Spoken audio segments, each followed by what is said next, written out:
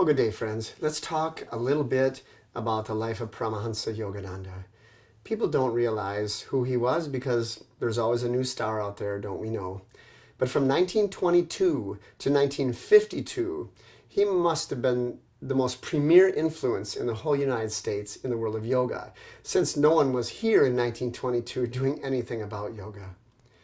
The most important thing is that in scientists, and I am a therapeutic scientist, that is my degree, although I'm a registered occupational therapist. In these sciences, we always want to look at dialectic or fact. We want to look at something that is objective, not subjective.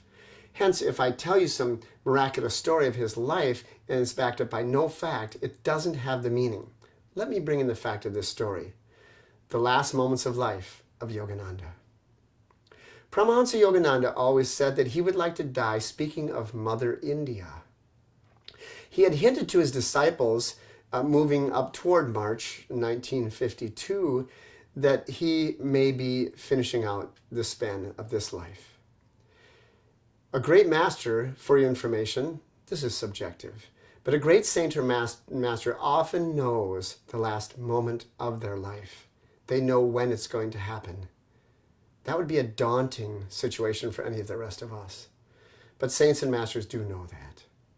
So, as he moved up toward that date, he had told a few disciples about this. Well, H.R. Banai, one of the greatest ambassadors of India, happened to be in America. And on March 7th, 1952, Yogananda was giving a great speech. And there was the senator from India there. And at that moment, he was talking about the great Mother India and all it had done for the world. At that moment, he collapsed on the floor in a heart attack. All present thought that he was, for all purposes, dead. Now, he goes on to Forest Lawn Memorial Cemetery.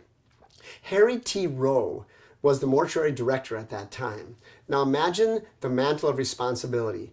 Every corporate owner, every movie star, every Hollywoodite, everyone who is, quote, somebody, was buried at Forest Lawn. So this man's word means a lot. It means a lot to the history of his cemetery, his business, his career, and his life. He said there were no visible signs of decay or desiccation, drying up, or any visible changes of the normal process of the dying body that took place in his body. At no time did any smell emanate from him. At no time was there any drying up or desiccation of tissues. No smell emanated. No hardening of the body emanated at any time. No drying up of any tissues, including the eye, at any time.